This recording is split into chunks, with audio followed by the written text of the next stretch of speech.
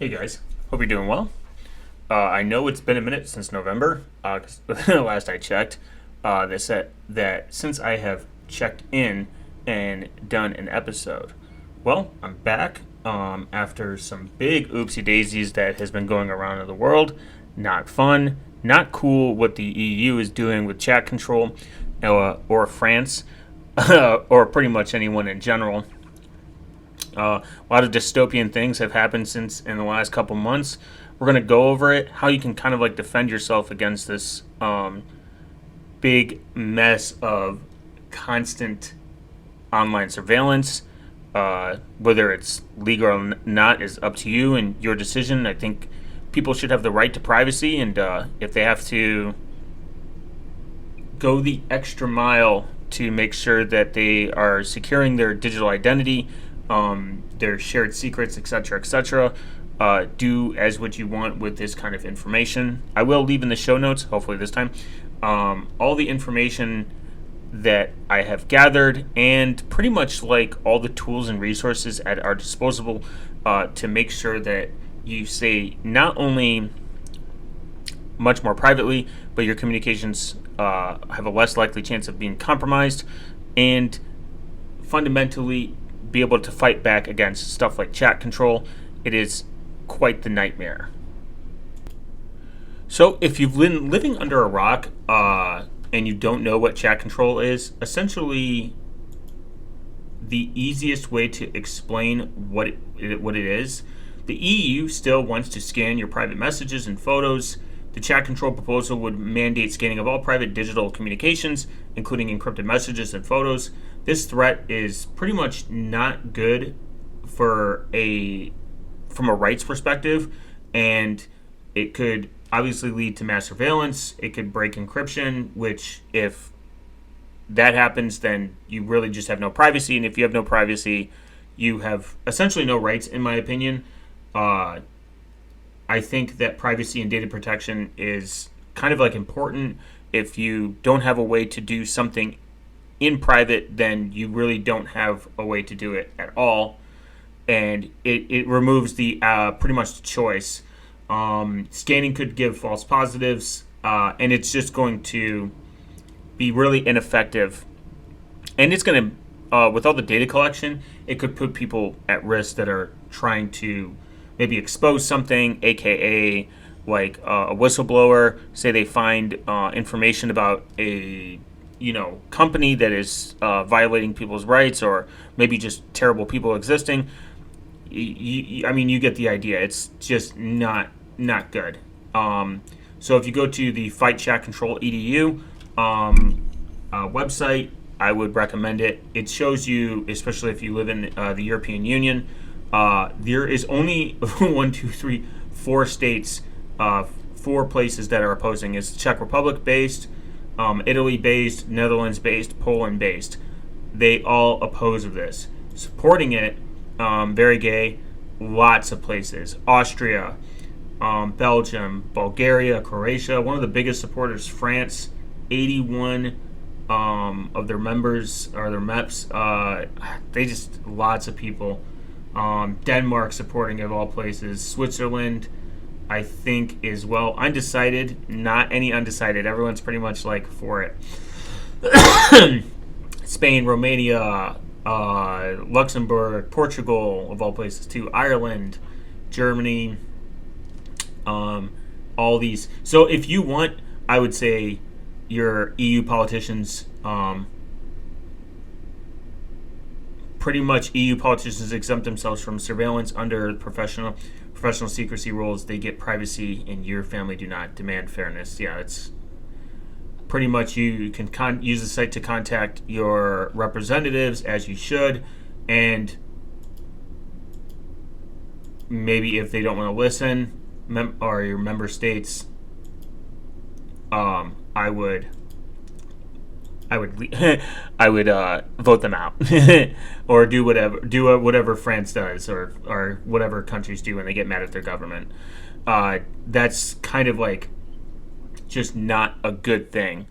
On a side note, I've been self-hosting a lot of stuff in order to get away from the massive amount of digital IDs that are going on in the United States. It's not fun and it's not cool. So far, 25 states, 25 U.S. states verification laws for adult content and like other websites is pretty much going into effect. Utah did this in 2023. Texas did this in 2024. I think something just got blocked though in Texas for age verification. A judge found it unconstitutional. Alabama, Indiana, Wyoming, North Dakota, Arizona, Ohio, Missouri, all 25, half the country pretty much is imposing these age verification laws. I don't care if it's for adult content. I don't care if it's for non-adult content. I don't care what it is. The internet needs we don't need this on the internet. Force parents to be parents. Force them to be in their kids' lives.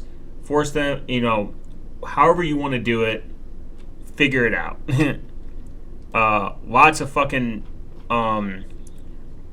you can't, the internet is not the parent. And they're gonna, it's just gonna leak from, it's just gonna start with pornography, and then it's going to social media, and then it's gonna go to ordering your DoorDash, Labubus, or whatever the fuck you need, and then it's it starts with one thing, and then it slips and slopes all the way down. I know there are some states out there that require you to use your ID to buy spray paint because of XYZ, which is fucking retarded. And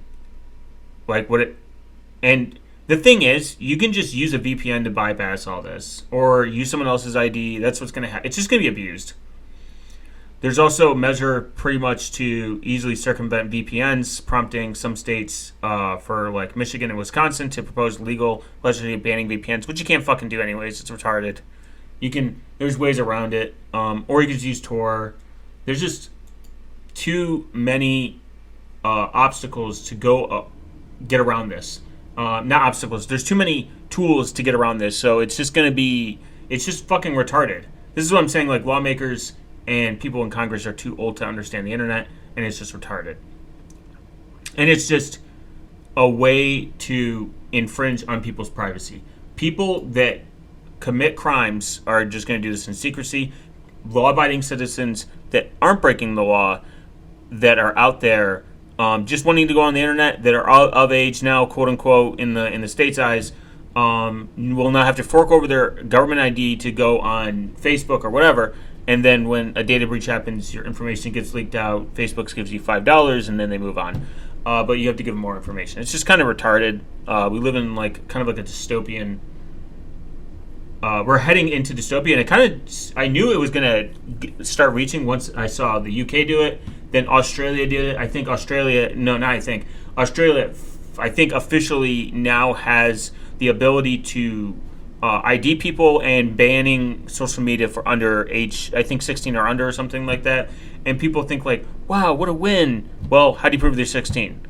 Now, what if you say it's from like their searching habits, but what if a person's just looking up Magic the Gathering cards or some shit that they assume is just for children, and then XYZ or like whatever, and they misprofile someone as a child that is an adult, or an adult that is a child, like a person they think is adult is a child that's actually a child, and then they just get on the internet anyways, or they ask for ID for like a full-fledged adult, and then they hand over their information, and then a data leak happens, and then all their information is out in the fucking world that you cannot change and you cannot do anything about. So you're just telling people not to pretty much use social media. I'm not saying social media is like a good thing for society. There's probably some negatives for it, but the internet at the end of the day is a thing. How you use it is what's most important. Like if you want to use the internet just to goon and look at brain rot all day, it's your choice. You should be able to do that. It's the internet. But it's a tool. It can be used for greatness. You can look up cool stuff like cool cat pictures and shit, and it can be used as a gooning machine or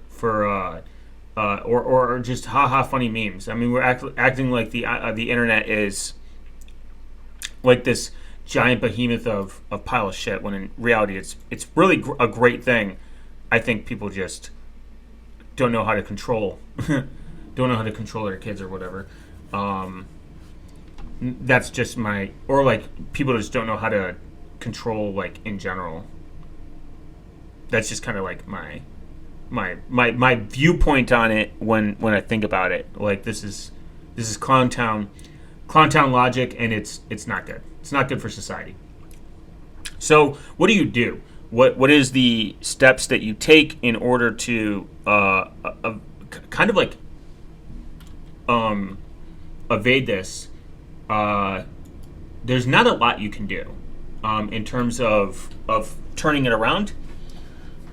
Now, what you can do, in my opinion, is if you have the financial means, start self-hosting everything. It doesn't have to be on a big beefy server. It doesn't have to be on the highest, especially if electricity cost isn't super expensive in your area. Your options should be most definitely to self-host, and with hardware becoming more obtainable and inexpensive, minus the fact that we're having a RAM shortage right now, which is, well, RAM price hike is not good, but if you have an old PC laying around, a laptop, anything that can stay on 24/7 to connect the internet is a viable option to self-host. You don't have to overthink it.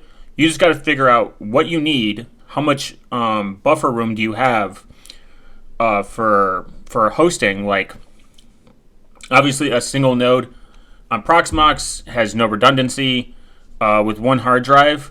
But if you have a good backup scheme consistently, you know, I did it for many years on a single server with 3 terabyte hard drives, by the way, but I did it in combination for high storage.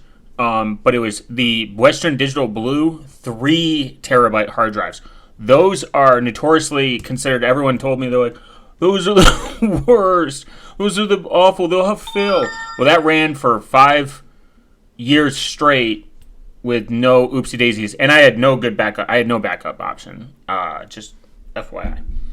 So, to put that into perspective, think about that. The next time someone tells you don't do something, just don't do what I do, and have a good backup scheme. Personally, that is the best option. Now, when you look at what you should host, it really dependent on you. If it's, image, so you can just get away from Google Photos, and you have, say, like a terabyte of space, that's more than enough for the average user. Or just having a place to put your movies, etc., etc. That is always going to be the better option because of, true ownership. When you have the media, you own the media. When you don't need an account, you put yourself in a better situation. Now, there are a couple of quote-unquote, set up, easy click and deploy options. Look, you don't need to sit there and fucking configure everything from the command line like super hacker game mode. I don't think it's necessary anymore, especially with Docker, Portainer, Umbrel, Start9, Citadel. There's so many options out there you have for just easy click and deploy. With maybe some configuration changes, some, to whatever XYZ is, you don't necessarily need to do everything from the command line. Is it good? Is it helpful? Yeah, when you run into problems. But that's what the internet's for. I have, quite a bit of history of self-hosting and, trying to figure it out or getting stuck somewhere because it's XYZ. But definitely start somewhere in the self-hosting. Now, when it comes to messages, it's not as easy as just download Signal and call it a day. You have to think. You have to think real deep about this. Certain parts of Europe probably, I don't know the laws in Europe because they're not all unanimous on everything, obviously.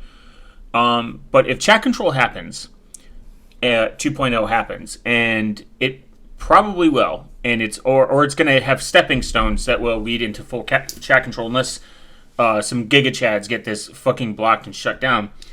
Just like in the US, you once you in the US, it's easy to get a number without any form of ID. You can just go to a prepaid company, hand them, whatever name that you want, pay in cash, and move on.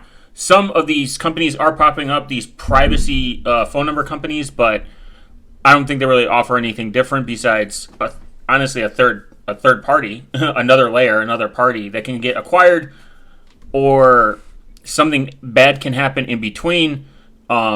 Privacy policies can change. So instead of me trusting an extra party, an extra layer, I would rather just go in, pay cash, or buy a gift card with cash or Monero, and then just purchase it online and have an eSIM or something, anything. Besides, it's cool that they're existing, but they're falling short of the sniff test. There's a new company called Frilly. There's Cloaked. There's Cloak Wireless, and then they're just not really original with their fucking names. They're essentially mobile virtual network operators, MVNOs or whatever, and they operate in this capacity where they separate you from the major carrier. They say they don't collect any data, but if you think about it, if you've ever had this phone anywhere with your IMEI or IMSI, and because there's no rotation, they can just easily correlate anything. And you don't know, like, if it's T-Mobile, Verizon, AT&T, these companies can just collect data regardless. I mean, they own the network. Nothing prevents them from collecting anything. Like your location data. Live bidding is kind of like an issue too, like where companies will just bid live on this location data. Unless you create a brand new of your own infrastructure and you find a way to rotate these global identifiers that do have some trail history, you essentially are just paying extra money to a company that says that they're going to be private. I think it's kind of silly, besides the fact that you can pay with Monero from the comfort of your home. And it's kind of cool, like that it supports the Monero ecosystem, but in reality, it's not doing much, in my opinion, from my research and like just how like these mobile network operators work. First and foremost, if you've made it this far and you gather any information from this and you want to take anything with you, all mobile network operators, and I repeat, all mobile network operators, all cell phone carriers are hostile. They're legal entities that do not care about your privacy. They're not there to care about your privacy. It's cool that these companies want to be like, hey, we don't collect anything. Cool. These mobile companies will not fall on the sword for you if you commit a crime or if you're accused of something. They will hand over your data and your information to law enforcement. They will hand over your information to advertisers. Plain and simple. Very simple to understand. There is no magic bullet yet. There is nothing that will prevent this. You are being tracked. If you have a mobile phone operator, you are being tracked. There's no way around it. It's very simple to understand. All these companies trying to sell you a pipe dream are lying to you. It's false marketing, in my opinion. And this whole like, oh, we're protecting against SS7 and this and this and this and this and this and this. Cool. Just then say that. These companies need to be held accountable. If they have a solution to SS7 issues, SIM swapping, and port out protection, fucking amazing. Great. You fixed the security part. Let's throw a party. Just do that. Say we're a more secure option that won't collect anything on top of it. Whatever the XYZ carrier is copying you. XYZ carrier they were using. We're not going to collect anything. They might. Simple. That would be more impressive than these fucking cucks that are like stroking themselves. So like, yeah, we don't collect anything. And then you read through the privacy policies and you're like, no, you're just no different than another fucking company. You just have slightly better security and you're maybe taking that into an account. Awesome. But at the end of the day, the better option, which I'll get into in a minute, is more extreme, but it's completely doable. On the messaging aspect, besides Signal, there's Threema, There's Simple X. The Session I'm starting to weave back in because they now say they're going to support for perfect forward secrecy. I don't know if it's implemented yet. I do not know what they are, how they're going to implement it. If they go through an audit test and the audit test is from a third independent party and they're like, yep, they have perfect forward secrecy, we've tested it, solid. I would say that they're probably a decent option. I don't like to give a single recommendation because any company, again, can change their policies, get bought out by an evil company, if not a worse company, or just clearly just go in the wrong direction. I mean, they just can start complying with orders and handing over information, blah, blah, blah, whatever. The best kind of information to give to have a company hand over is information they cannot have, like they can't obtain. Zero knowledge proof is kind of like the best. Like if they have a zero knowledge architecture, well, we have nothing to give, so it doesn't matter. They don't have to keep like repeating themselves. So it's kind of gay to sit there and be like, well, we promise to hand over nothing. Well, you said you have a zero knowledge architecture, so we know this already. Like your architecture is built on the fact that you don't have anything, you have nothing to give over, so why repeat yourself? I don't know. That's just kind of my I get irritated by that. When they go over the wire with it. It's maybe to a person that doesn't understand this, sure, they could explain it, but I think the marketing is very cringe. It's very cringe at this point. Besides like Threema, Signal, there is Briar. Briar, I don't know if they have perfect word secrecy. There is JMP Chat in the messaging platform that uses XMPP, XMMP, which can have a form of encryption and perfect word secret implemented. It's not universal across the board, I believe. I think you have to pick the right chat app. They're inexpensive. There's Silent Link, where you can get real phone numbers to use to register with Signal, so you can have at least a number with your normies, where you guys can at least talk to you in an end-to-end encrypted fashion. You could always go for like encrypted email if you want to go back to like 1996. Tutanota, it encrypts the whole entire message. It's probably the most robust system. If you use regular email, just use PGP. I mean, there would be actually no problem with doing that in perspective, because of the simple fact that email is decentralized, so you have a higher chance of you have a less chance of getting censored. That's the real focus point too, is like not just handing over your data to these authoritarian type of governments that do not care about people's privacy. They're also probably going to start censoring stuff that you can and cannot see, that you can and cannot do, the apps that you can and cannot use. It starts with protect the children, and it always ends in, well, why should you have encryption? Only we should have it. What if you're a terrorist? What if you're this? What if you're that? A lot of thinking, what ifs. It's like if you're in Whoville, but like what if, with the word what if replaced. It's kind of silly and dystopian. I don't really know beyond any reason that you should trust any of these laws with their intention. Besides self-hosting and messaging, how would you get an anonymous quote-unquote number to essentially achieve all this? Well, in Europe, I don't know how possible that is. There are providers out there that do offer ways to do this. There are providers out there that I've messaged in the U.S., like they're in the U.S., and they say that, well, you know, we don't advise, we can't prevent anyone from coming over here, quote unquote, with a VPN and saying they're quote unquote U.S. citizen and signing up with our service. We can't stop that. Would it violate our TOS? Yes. So do that with it as you will. If you need to go the extra step to get a U.S. number in order to register with Signal, and then take that number and port it somewhere or whatever, that it can stay safeguarded, so you can have full control of that number. Do it as you wish with it.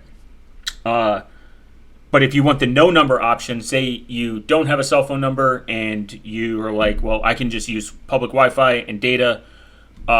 There is Simple X. Simple X requires no phone number. Session requires no phone number. Threema requires no phone number. So that's kind of like your only other options. There's Quitch, but I don't know how active in development it is anymore. I had high hopes for it because it was self-hostable, routed everything through Tor, and it was a very based product made, with love from Canada, is what as they would say. But I don't think it got enough recognition, unfortunately. So I'm assuming the worst case scenario is it's probably dead, or it's being just actively developed and they're not putting out blogs. But keep your eye on it. Look at it. I'll link them their website in the show notes, because I think that a good having options out there is always going to be good. I don't think people should wake up and start making chat apps. I think we have enough, but having a good amount of options for chat should be viable. You have also Element, like the Matrix realm. You have XMPP. You have Jabber. You have IRC. You have a lot of options if you decide to go the no cell phone route, which no cell phone number. I generally tell people that's probably the best route. Just there's no such thing as burner phones, but just get a prepaid SIM, like $20 a year, that you can obtain privately. Put it on a phone, like a flip phone, and then just put that for very specific emergencies in the corner. Like, if you go the no phone route and your bank needs a phone number to do 2FA, which shouldn't even be allowed anymore. 2FA via SMS is garbage. Then just use it for that. Other than that, because if they're sending it over SMS anyways, it's insecure, so it doesn't really matter. So I would say get a prepaid SIM if you can, as privately as possible, and use that for the very things that you can't avoid to own a number, and then the rest should be followed with a VoIP number, voice over IP. JMP chat is only in the US, but they said that there are some European options, or find an anonymous company that will give you an eSIM with data in it so that you can use these said messaging apps. There's literally a list of them. If you need, video calling, Jitsi. If you need, or Matrix or Signal or Element, there's not really any other options besides that, especially with messaging is such a critical component. And I know it seems like I'm beating a dead horse into the ground, but messaging now is a very critical form of communication. There's not really another good option. There's Meshtastic, that's kind of like a good, okayish option, but it's not. The range isn't the best. It's not a homogeneous platform. Not everyone has nodes. You got to buy extra equipment. You got to keep them. It's just more maintenance than it really is worth, in my opinion. So that's just I think it's a cool project. I use Meshtastic. There's really good communities around here because it allows you to have radio with no license in the U.S., where you can communicate in somewhat long distance. It does have a form of encryption. So does the Requiem network. That's another option. There's just a lot of good options out there. Requiem network is probably the most fascinating one because it can use pretty much anything. It's a very ad hoc network. And ad hoc networks are kind of based, kind of cool. There's a good amount of them out there, but not enough to really deep dive into. Besides, that you should go look into some peer-to-peer ad hoc networks that exist out there. They have a really big fan base, and they're kind of like there's people out there that like this. I like this stuff, but if it was critical messaging security, I would look at really robust situations like Signal that have been proven, and maybe Simple X. Simple X has done they're doing some goofy stuff right now, If you look at their Twitter, I'm like, that's not good. The way they like want to like pay their nodes operators or whatever, and they've said some silly stuff on the internet. But that's not the point. Because you can host your own Simple X relay yourself. It's open source, so it doesn't necessarily matter. But you also have session as well for the no number and 3 So, but I digress. Minus the beating the dead horse. Just, shove those things in the back of your head because it's going to be more important than ever. I would say familiar yourself with PGP at worst case scenario. Familiar yourself with how to use Veracrypt, PicoCrypt in order to know how to encrypt files on the go, especially if your computer gets compromised, especially if you're a part of groups and your searches or like any correlation to your identity is correlating to any resistance to these kind of authoritarian reaches. It's definitely good to make sure that you learn OPSEC. OPSEC is your most important asset. That's why if you can forfeit the phone number and just work off Wi-Fi and a decent VPN to kind of obfuscate your IP, like your IP address, a little bit while you're using public Wi-Fi, that'd probably be the better option. Graphene OS does do MAC randomization. If you can get your hands on a Pixel and do Graphene OS, definitely do it. They are in the works of probably talking with a large OEM to make their own phone. They missed the deadline. It's not even going to be a thing until 2027. So do not hold your breath. Just get a Pixel 8 and above and install Graphene OS. It is your best option. France hates it so much that Graphene OS moved out of France, but that's not the whole story. I would say go look at their Mastodon, Twitter, X, whatever, and see the insane story of how that unraveled. France is a huge supporter of chat control, and so are a few other European countries and cities, nations, etc. Not a good thing in general, but I would definitely say that if this is something that you've heard about and it is concerning you, not only just talk to your representatives, start preparing for yourself that this is going to go into effect and activate. I would say if you can get rid of social media, do so, or start falsifying all the information on your profiles, and because your real friends know who you are, and then private them before they start scanning for everything. Message-wise, just get an end-to-end encrypted, proven message platform. Self-hosting, start with very simple, small apps like Image, Joplin for your notes, Image for like your photos, and there are ways to encrypt these yourself. And if you want to go a step further, you can get something called a self-encrypting drive that will encrypt everything at rest. That is another option, but make sure that you encrypt everything at every layer, and then find a decent third offsite local backup and do an encrypted option. I'm using Borgback and Rustic right now in my workflow because it's encrypted by default and it helps deduplication, so it saves on space, so I don't have to spend a boatload of money to get any of my stuff over to a cloud provider that does, respect your privacy. There is not a lot of good ones out there when it comes to encryption for photos, but if you're looking for the non-paid route, just put everything on a flash drive or hard drive and encrypt it yourself. There's Cryptomator with said providers where you can encrypt everything and then set it up to the major providers like Dropbox, etc. And then there's Entei and Crypti. They allow you to upload your photos, and then Filen allows you to upload your photos and everything at a pretty decent rate, so you can have your photos in a cloud provider that respects your privacy and encrypts it anyway, so they can't even see it.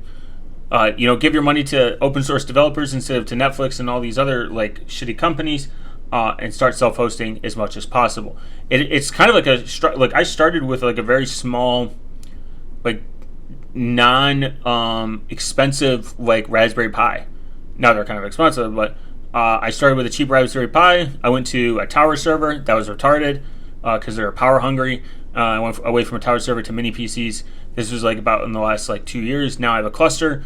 But you don't have to do that. You can get an inexpensive router and install OpenWrt on it, OpenWRT, pfSense, OpenSense, whatever, one of the free and open source options out there to make sure that you're running like as free as possible.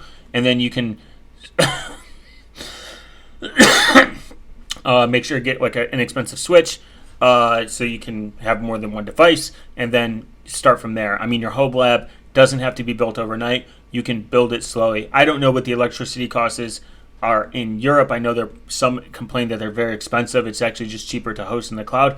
If you're going to host in the cloud, just find a trusted cloud provider that, again, respects your privacy to the fullest extent. They're our legal entity, but at the end of the day, someone who will be like, we can't give any information we don't have, and obviously VPSs that accept Monero. There is a few of them. There's one called SportStack. They're like, they're kind of like the middlemen. And they rent from like other VPS providers, but they will comply obviously with like the law if like you're doing anything like nefarious or illegal. But if you just want a place to host stuff, there's also PikaPods. PikaPods is really cool. They have one-click solutions. They're free and open source, and they donate, I think, some of the procedures to like the developers of those apps anyways. So that's another really good company that I use. I use them for some stuff. Or have a hybrid solution, however you want to do it. There's many. I mean, I can make a whole series. I'm gonna probably do one on CubesOS and like how to set it up and my experience with it. And I mean, like you got to start somewhere, and like where you should start is probably with just the basics that you use and just transfer. I mean, I thought it was gonna be impossible to get into a password manager. I now use KeePass with syncing, so it's all about habits. And if once you get into these habits and you start realizing like, I'm not going to give my phone number, I'm not going to give my real email address, you're kind of going to get accustomed to it so easily that it's not even going to be a problem anymore. You just got to get in the habit of it. That's pretty much like how I look at it. Now it's a habit for me. When I go out in public and they ask for my email, I'm like, all right, if they really want it, it's gonna be a really long one because it's gonna be my email. It's gonna be my dump email alias if they don't want to give me my fucking receipt, type shit. So like, that's just like my thoughts. What's been going on in the world. I'm going to go back to a normal upload schedule. Hopefully, I'll have another episode out by the next week or something like that. I should have it. I wanna make sure that I'm staying consistent because I took a little bit too much time off. But if you have made it to the end of the video or the podcast or whatever, I appreciate everyone stopping by. I will see you guys in the next one. Later.